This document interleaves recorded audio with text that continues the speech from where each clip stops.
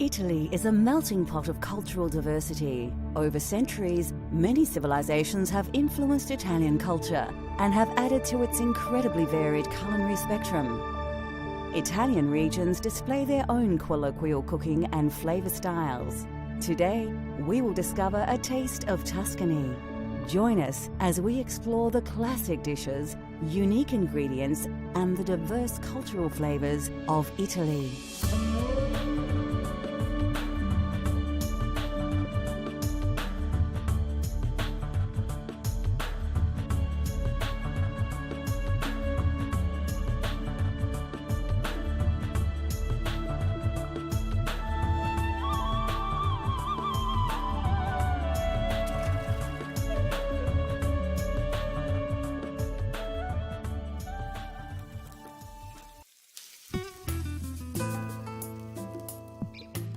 Situated on the Italian peninsula and part of both the European continent and southern Europe, Italy shares its alpine borders with France, Switzerland, Austria, and Slovenia.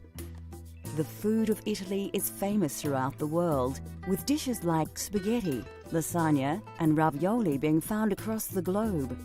But more importantly, the rich variety of regional cooking is alive and well, preserving some of this country's culinary history. Today, we will be exploring the flavours of Tuscany. Considered the birthplace of the Italian Renaissance, Tuscan cuisine is quite unique and even differs between the provinces. Tuscany is all about food and wine. It's all about the fresh produce, which they'll have homegrown or they'll get it from the markets, and then they're going to cook it, and they're going to cook it very slowly, and they're going to enjoy it with their family and their friends. They have lots of local vegetables and lots of pork and wild boar, which they make into small goods, and then they will share.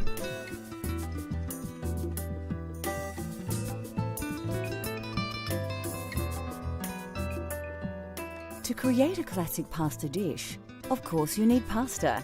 And rather than pick up some dried spaghetti at the supermarket, to experience the cultural flavours of Italy at home, you're going to need to make fresh pasta yourself. My first exposure to Italian cooking was in a small restaurant in London that my father used to take me to when I was a kid. And they used to make all their own pasta there, and they had all the wooden boxes with all the various sizes, shapes and colours of fresh pasta. You could just choose whichever pasta you wanted to go with your sauce, and that really excited me and got me interested in Italian cooking. All you need to make fresh pasta at home is some fine flour, some fresh eggs, and some semolina flour. First, take your flour and gently tip it out onto your workspace. Make sure your hands are dry, then using your fingers, make a small well in the flour. Take an egg and gently crack it into the well you've just created. Now the fun starts. Using your fingers, break the yolk so it mixes with the white, then gently work the egg around in a circular motion. What you are actually doing here is slowly picking up the flour around the edges and drawing it into the moist centre. When the egg and flour start to turn to a firmer paste, add another egg to the mixture and repeat the process. Don't be impatient and get tempted to stir the flour in faster, as this will introduce lumps into your dough that you'll have a hard time working out. As you work your mixture around, it will start to change consistency and the paste will develop into a dough. Keep kneading this dough with the flour until you're satisfied you have a very elastic mix.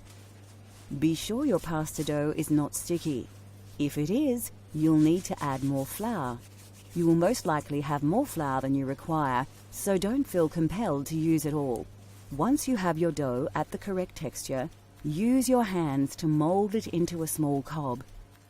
You will need to rest your dough for at least 30 minutes before you roll it out. Generally, pasta is made with a pasta machine. Take your dough and press it into a small disc.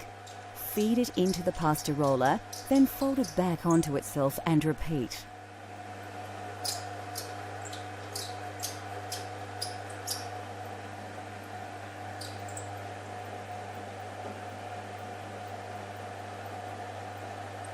Keep rolling the pasta dough out until you have a long, thin sheet of pasta ready for cutting. Now, add your chosen pasta cutter to the pasta machine. Lightly dust your rolled dough with a little semolina and carefully slice your pasta. Once cut, dust your fresh pasta with semolina and put it aside for later. We'll cook our fresh pasta in a fettuccine al funghi later in the show.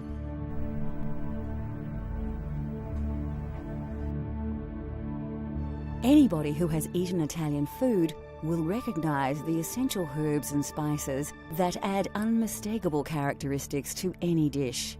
The most common herb in Italian cooking is basil. Crushed basil leaves combined with oil, garlic and pine nuts create the famous pesto sauce. Basil is regarded as the perfect complement to the flavour of tomato sauce and works well with pasta. Another herb used widely in Italian cooking is oregano. Offering a complementary flavour to basil, it is also commonly used in tomato-based dishes. Of course, garlic features heavily in Italian cooking right across the country. Fennel seeds lend a distinctive aniseed flavour to roasted meat or fish. Rosemary makes a wonderful addition to roasted meats and vegetables. Often included in salads and dressings, sage is probably most famous as the key herb in saltimbocca. Italian parsley is recognisable by its distinct flat leaf. Parsley is used in many meat dishes, soups and stocks. Italian food is most richly flavoured with herbs, but of course some spices do feature prominently. Coarse sea salt is used across the nation, although some regions, like Tuscany, use it very sparingly. Fresh dried black peppercorns, saffron and coriander feature prominently. Nutmeg is used in savoury dishes and desserts, and vanilla is a popular dessert spice. Ginger is rarely used in Italy, although it is very popular in the Apulia and Basilicata regions, showing just how diverse the cultural flavours of Italy are. Still to come on Cultural Flavours, Italy. We turn our freshly made pasta into a delicious mushroom taste sensation, and we discover the secret of making perfect, authentic Italian coffee. In Italy, wild mushrooms have always been a favourite part of the local cuisine. With mushrooms available everywhere, anybody can make this dish at home. You may even want to splash out on a famously expensive ingredient. The mushrooms have got a beautiful aroma, so they're able to put them in all sorts of dishes. They might cook it up as an omelette for the younger family, or pop it into another slow cooked meal so that it can be used in very many different ways. They'll actually even put them into some sort of cheese, especially the truffles, so that they can continue to have the truffles mature in their lovely cheese.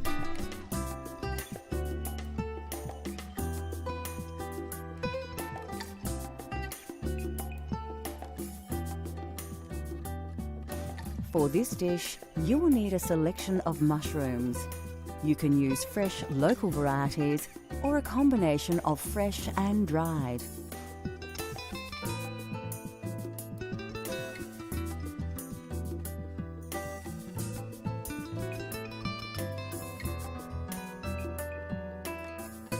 You will also need a dash of olive oil and some dry vermouth.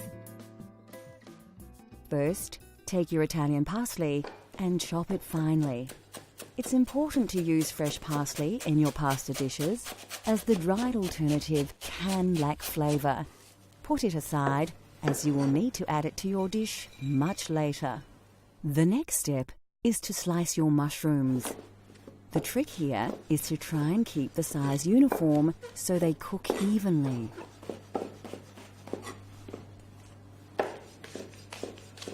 Remove your dried mushrooms from the water and squeeze off the excess moisture. Then chop them evenly. Keep the water, you will need it later. Take the stalk of celery and remove the leaves. Chop into lengths, slice along the grain, Then finely dice into small blocks to avoid large chunks of this strongly flavoured vegetable masking the delicious mushroom flavours. Next, chop your garlic and slice your red onion. Put the ingredients aside and heat up your pan. So, to prepare the sauce, we're going to start with a nice fry pan, a little bit of oil. We want the oil to get nice and hot, almost smoking. The first thing we're going to add is our mushrooms, so they get a nice bit of colour on them. Brings out all the nice flavours, so they don't go soggy. After the fresh mushrooms have braised a little, add the dried mushrooms, then the celery, onion and garlic, and a sprinkle of salt. Reduce the heat and cook it gently to bring out all the combined flavours. Add a dash of vermouth and some of the liquid stock you had the dried mushrooms in, and your Italian sauce will be taking shape. Next, add the butter and cook on a gentle heat with the juices. When the butter emulsifies, it will produce a nice rich sauce. Finally, add your chopped Italian parsley and stir it right through the sauce. Then set it aside to rest while you cook your pasta. Put your heavily salted water on the boil. Ensure that it is a strong, rolling boil before adding the fresh pasta you prepared earlier. Stir it around a little to prevent the pasta from sticking together. Fresh pasta won't take long to cook, about 3 to 5 minutes. Drain your pasta in a colander and put your sauce back on the heat. Make sure it is very shiny. You can add more stock or butter to get your sauce to the desired consistency. Add your drained pasta to the sauce in the pan and stir through. Make sure you have covered the pasta entirely with your mushroom sauce. Then you are ready to serve. Grate some Parmigiano Reggiano, commonly known as Parmesan cheese, over the dish. Just enough to give it some bite and some extra saltiness, but not so much it causes the dish to go gluggy. Finally, if you have them, shave some black truffle over the dish just before serving. Now, enjoy your authentic fettuccine al funghi.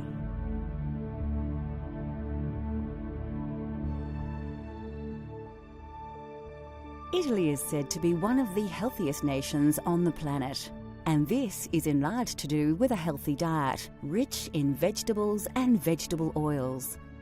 Of course, the most important vegetable in Italian cooking is the tomato. There are many varieties of tomato that are used in soups, sauces, and pasta dishes. Brought to Italy in the 18th century, the tomato has become synonymous with Italian cuisine. The Italians love fresh vegetables and are famous for their salad dishes. Brought to Italy in medieval times, cucumbers are now part of Italian culinary culture.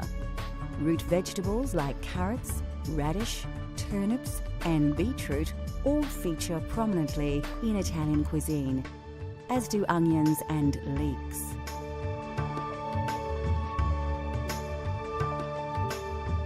Cabbages, cauliflowers, spinach and rhubarb are also part of the Italian diet. Squash and pumpkins are often used as an accompaniment. Bell peppers and potatoes also have become part of Italian food culture. Melons, like cantaloupes, named after the town of the same name near Rome, are often presented as a dessert. Asparagus is a common ingredient in many Italian dishes. Mushrooms are highly regarded in Italian cuisine, especially in the provinces in and around Tuscany.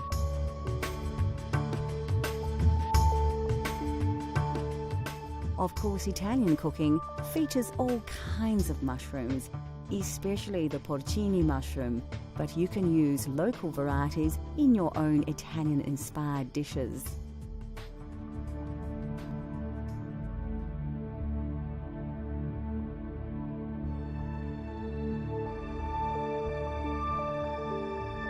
Coffee originated in the highlands of Ethiopia and quickly spread across the Islamic world during the Middle Ages.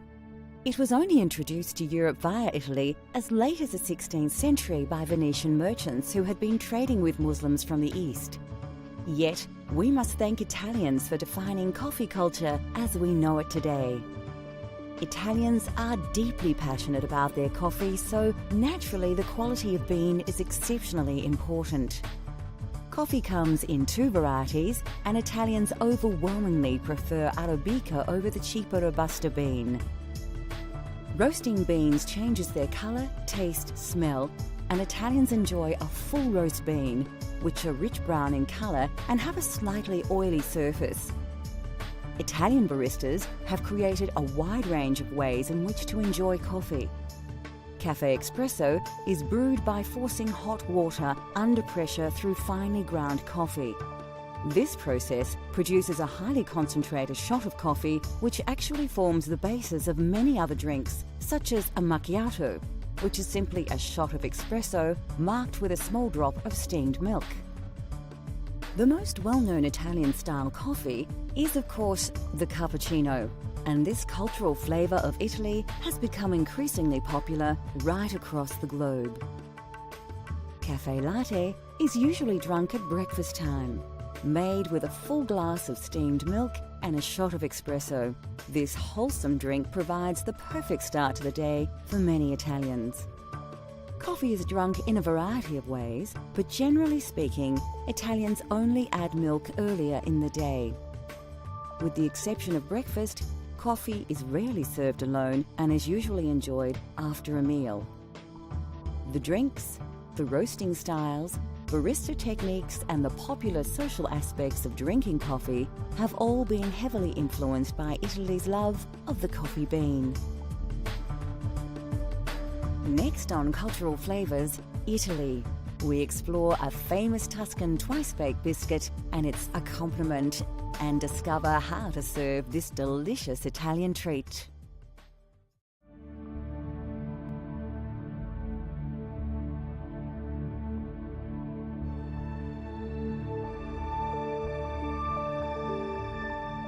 There are hundreds of types of pasta, but generally authentic pasta is made from durum wheat flour or semolina, which accounts for its yellow tinge.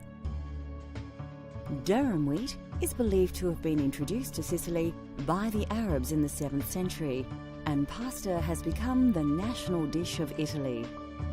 Of course, fresh is best, and authentic Italian pasta has texture and flavour characteristics that is difficult to replicate with dried alternatives. Having said that, there are a multitude of dried pasta options that keep well, so it has become a staple in many kitchens across the world.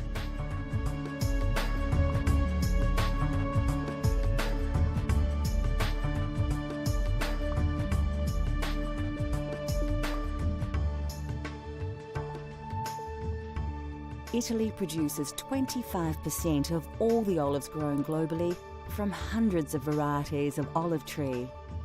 Olives in the south of the country produce the majority of olive oil thanks to its climate. In the north, due to the frosts, olives must be harvested much earlier, so their yield is much lower. Olive oil is often used like butter as a topping for bread and for cooking. Olives are eaten on their own, as an accompaniment, in salads and also cooked dishes. Italian meals often feature breads, and there is a wide range to choose from.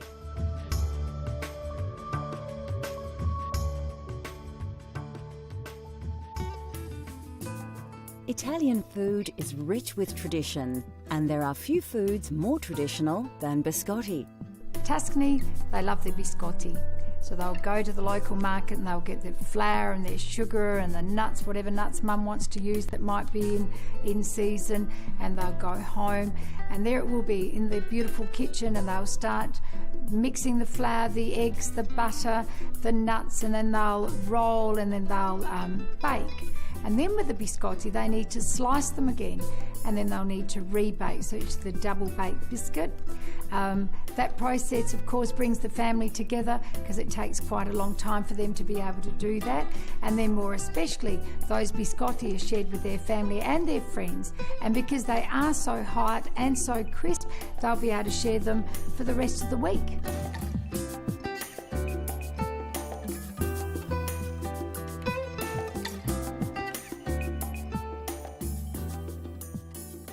You won't need to look too hard for the ingredients in this recipe.